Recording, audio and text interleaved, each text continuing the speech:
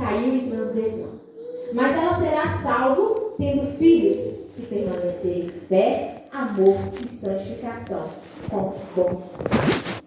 Antes de eu falar sobre a missão das mães em pastorearem seus filhos, eu creio que é necessário esclarecer sobre o contexto aqui. Haja vista que esse texto é um texto polêmico, difícil de ser lido, especialmente nos dias atuais. Paulo ele está tratando aqui nesse texto sobre funções eclesiásticas. E acontecia que algumas dessas mulheres da igreja, elas recebiam a visita de falsos mestres em sua casa. E aqueles falsos mestres persuadiam aquelas mulheres acerca de heresias. Eles convenciam as mulheres de doutrinas estranhas. E essas mulheres, persuadidas por esses falsos mestres, sendo enganadas, chegavam à igreja e quando o pregador estava pregando, elas se levantavam dizendo: isso é mentira, não é assim, eu ensinei assim, eu aprendi assim, e queriam ensinar os pregadores e os pastores que estavam ali congregando, direcionando aquela congregação. E Paulo diz que a mulher aprenda em silêncio. E esse texto, ele é entendido muitas vezes de forma errada, porque as igrejas entendam, não, talvez essa proibição de Paulo seja uma proibição cultural, diz respeito à sua época, mas não é assim. Por que não é assim? Porque os argumentos que Paulo elenca para que a mulher aprenda em silêncio, e não, nós vamos ver o que é aprender em silêncio e não exercer a autoridade, que ele elenca dois argumentos principais. O primeiro, sobre a ordem da criação. Adão, o homem foi criado primeiro e não a mulher. Segundo argumento, sobre a queda. Eva foi enganada, a mulher foi enganada e não o homem. O que esse texto quer dizer? Que a mulher é impossibilitada de exercer pastoreio. Não há pastores. Por isso que a nossa convenção não reconhece pastores.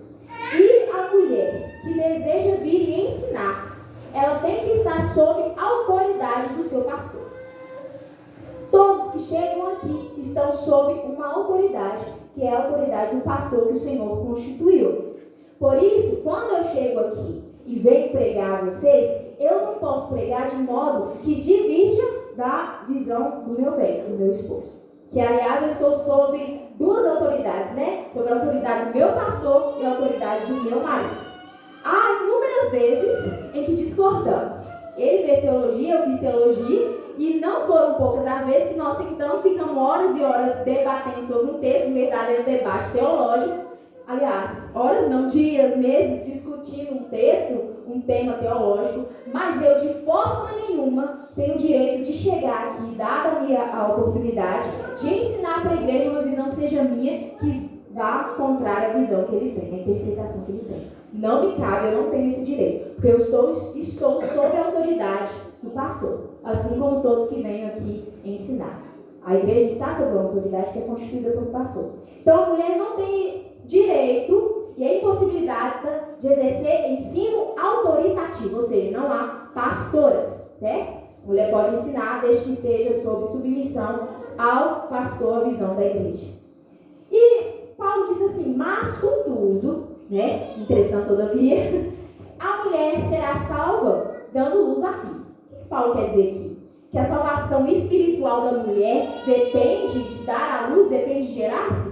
Se fosse assim, eu tinha que me programar para engravidar o mais rápido possível, né? Se Paulo quer dizer que ir para o céu depende de ter filhos, eu tenho que já estou atrasada. Mas não é isso que Paulo está dizendo aqui. Ele está dizendo que a mulher sairá dessa situação de não poder exercer ensino autoritativo, de não poder pastorear como? Dando luz a uma congregação, gerando uma congregação, porque aí a sua missão é pastorear, mas pastorear quem? Seus filhos. Essa é a missão da mulher. A mulher pode exercer inúmeros cargos na igreja, e nós vemos na história da igreja que a mulher é uma força de trabalho excepcional. Geralmente as mulheres são mais sensíveis ao mundo espiritual, geralmente há mais conversões de mulheres, geralmente são as mulheres que mais trabalham na igreja, e isso por toda a história da igreja. Mas a principal função de uma mulher na igreja é pastorear os seus filhos. E essa missão não deve ser vista como uma missão secundária. com uma missão aleatória, né? Com uma missão ali do cantinho escondido, que é menos importante pelo Senhor, pelo contrário. Quando Paulo alude aqui, entre os seus argumentos, à queda, ele diz que lá em Gênesis 3,15, quando o Senhor repreende a serpente, castiga a serpente, ele dá uma ordem à serpente, faz uma promessa de redenção ao homem e à mulher, e o Senhor diz assim: porém inimizade entre ti e a mulher, entre a tua semente e a sua semente. Esta lhe ferirá a cabeça e tu lhe ferirás o calcanhar. Ou seja, a redenção humana, a redenção de todo o cosmos só viria através de um nascimento. A redenção viria através de um nascimento. O Salvador só poderia vir ao mundo através de uma mulher. Porque essa foi a promessa do Senhor dada lá em Gênesis 3,15. O Salvador só poderia vir ao mundo através de uma mulher. Afinal de contas, o Senhor Jesus teve uma mãe humana, mas não um pai humano.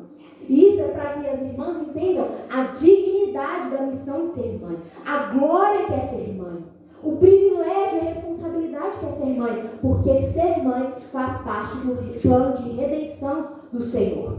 Faz parte de toda a convergência cósmica em Cristo. Essa missão é gloriosa. Deus enviou seu Filho unigênito, introduziu seu Filho unigênito no mundo através de um ventre. E isso é especialmente importante de se dizer por causa dos tempos obscuros que nós vivemos no mundo. E que eu vejo, infelizmente, a cultura do mundo adentrar a igreja. Nós estamos permeados por valores que são contrários à vontade do Senhor. O mundo que cada vez mais oprime as mulheres por escolherem a vida do lar, por escolherem gerar filhos, por escolherem dar luz a muitos filhos.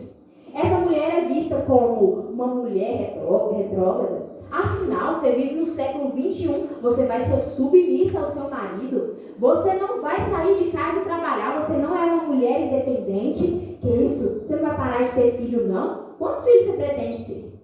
Isso é uma mentira, um engano de Satanás. Porque o Senhor diz que os filhos são, vocês conhecem o texto, herança do Senhor. Nós vimos aí o grande empenho de salvar o cavalo que eles apelidaram de cavalo caramelo, não é isso? Todas as forças para salvar aquele cavalo. E eu amo animal, viu, gente? Sou bióloga, eu amo bicho. Mas Chesterton diz: uma cultura e uma sociedade que idolatra animais sacrifica humanos. E na nossa sociedade não é diferente, não. Nós vimos aí o que se chama, está na moda, né? Mãe de pet, trata bicho e cachorro melhor do que gente, dá uma dignidade melhor do que se daria a uma pessoa, mas essas mesmas pessoas que idolatram bichos dizem que se deve abortar. Querem tentar matar os filhos na barriga da sua mãe ainda. São contra se ter crianças. E uma das citações de uma filósofa mais conhecida do feminismo, que é Simone de Beauvoir, diz assim: nenhuma mulher deve ser autorizada a ficar em casa para criar os filhos. As mulheres não deveriam ter essa escolha, precisamente porque, se houver essa escolha, muitas a escolherão. Há um plano sendo orquestrado, aliás, já orquestrado pelo mundo, em diminuir a dignidade que é de ser mãe. Em diminuir esse empenho, esse afinco das mulheres na sua missão de serem mães, de escolherem a vida do lar. As crianças hoje são vistas como um estorvo, como um empecilho a uma vida feliz. Que é isso? Cada vez mais, isso aqui é uma comprovação social de cada vez mais as mulheres casam-se mais velhas e, portanto, têm filhos mais velhos e o número de filhos diminui. Nós estávamos conversando ontem com uma mulher que diz que tinha 13. Sua mãe teve 13 filhos e ela teve 2 e a sua filha teve 1. Então nós vemos uma progressão na diminuição de números de filhos. E os países sofrem com isso. Alguns países da Europa precisam importar mão de obra porque não tem gente para trabalhar. Os velhos vivem de aposentadoria, né? Direito deles, obviamente, mas não tem mão de força, mão de obra para trabalhar. Eles precisam importar pessoas, porque o número de nascimentos diminuiu consideravelmente. Porque as mulheres hoje dedicam-se à vida fora do lar. E não que seja errado, não, por favor, não me entendam mal. Mas nós devemos colocar as coisas nos seus devidos lugares. O que é correto, o que a palavra de Deus ensina. Nós devemos nos atentar para isso. Que não há trabalho mais importante do mundo do que cuidar de almas, do que gerar vidas. Imagine quão maravilhoso é isso. Quão extremamente digno é você participar com Deus de uma nova criação. Você está participando com Deus de uma formação de uma nova criatura. Já estou finalizando. Eu me lembro de Susana Wesley. Susana Wesley foi uma mãe de 19 filhos. Hoje é praticamente impossível nós imaginarmos uma mulher com 19 filhos. E ela era de uma família pobre. E de uma época que não se tinha máquina de lavar, que não se tinha micro-ondas, né, que são aí os recursos que facilitam, graças a Deus, a vida das mulheres, as vidas das mães. Mas Susana Wesley, mesmo tendo 19 filhos, ela tirava por dia 2 horas para orar, todos os dias. Ela fechava a porta do seu quarto, entrava e durante essas 2 horas ela lia, meditava e orava em favor de cada um dos seus filhos. E todos os seus filhos eram instruídos a não chamar por ela durante esse horário. Eles sabiam que sua mãe estava orando. E durante a semana, ela tirava um tempo para pastorear cada um dos seus filhos. Ela sentava com eles, falava sobre a vida espiritual, falava sobre a vida celestial, tirava dúvidas a respeito da palavra do Senhor. Quando chegava a idade de cada filho ser alfabetizado, ela alfabetizava seus filhos com a Bíblia. Aquela mulher era uma mulher excepcional. E ela orava ao Senhor: Senhor, usa-me para acender uma chama do Evangelho na Inglaterra. Naquele período, a Inglaterra experimentava uma frieza espiritual, um esfriamento espiritual gigantesco. E ela orava: Senhor, usa-me para acender uma chama do Evangelho na Inglaterra. E esse pedido foi atendido graças à vida dos seus filhos. Ela teve 19 filhos, todos servos do Senhor, mas 2 mais proeminentes: Charles Wesley e John Wesley. Charles Wesley compôs 32 mil hinos de adoração ao Senhor. E o John Wesley foi o maior avivalista da Inglaterra, o maior avivalista da Europa. Ele pregou mais de 42 mil sermões. Mais de 40 sermões. Mais de 40 mil sermões. Este homem era um homem que desbravava territórios. Ele não via empecilhos, ele pregava o Evangelho a todo lugar. E a partir da sua vida, houve uma chama acesa em toda a Europa.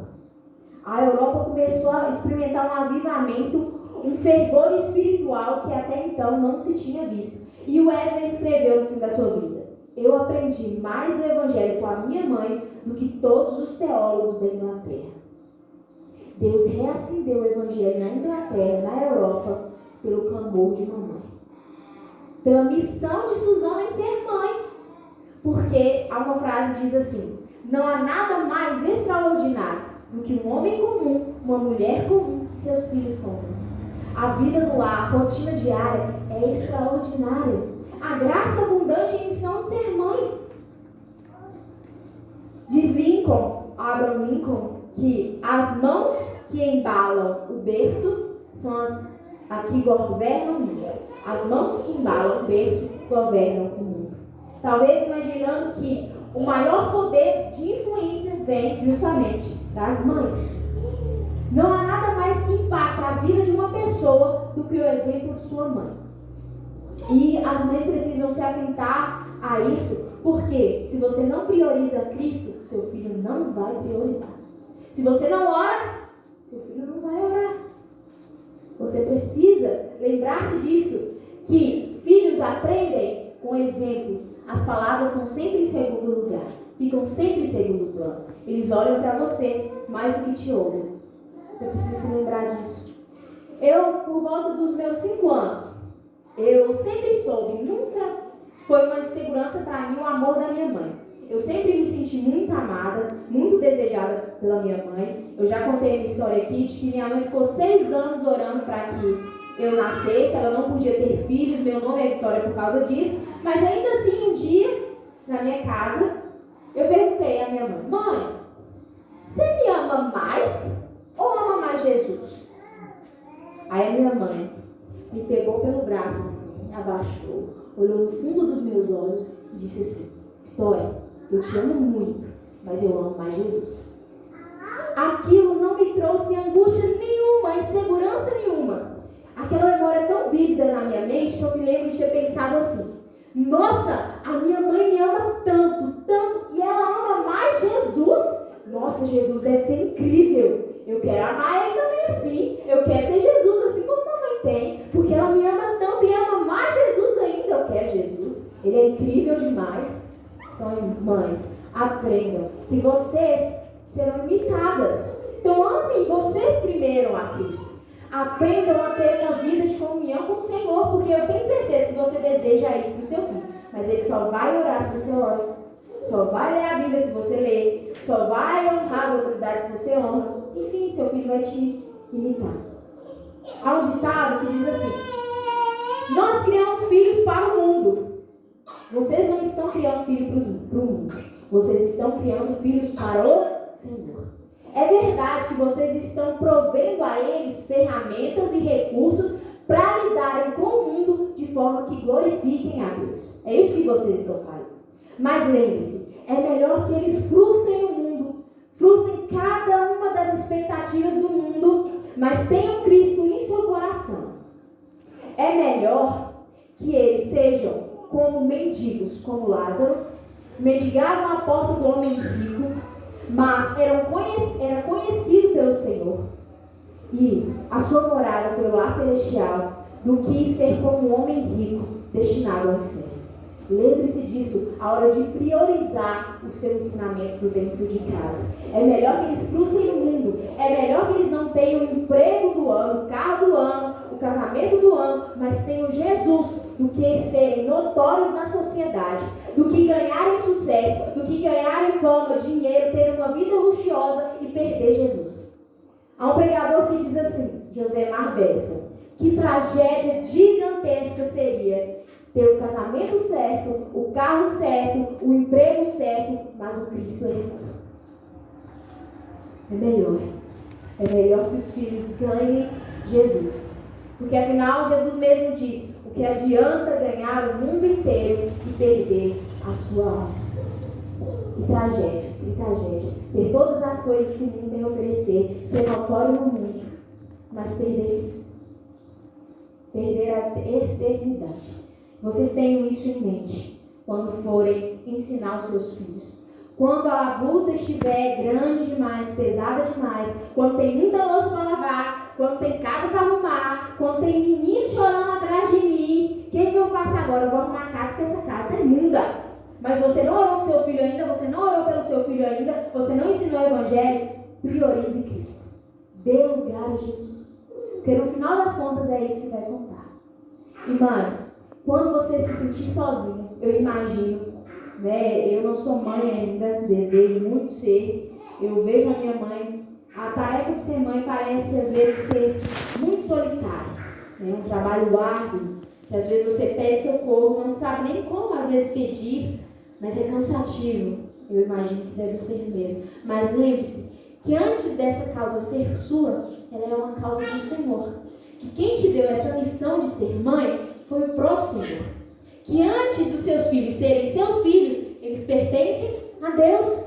Então não se sinta sozinha. Se sinta amparado por aquele que é a sua força, por aquele que é a sua vitalidade, por aquele que é a sua energia, por aquele que te consola. Porque os seus filhos pertencem a Ele. Então dobre o seu joelho pelos seus filhos. Ore incansavelmente pelos seus filhos. E ensinem a vida com Cristo. Amém? Vamos levantar para orar.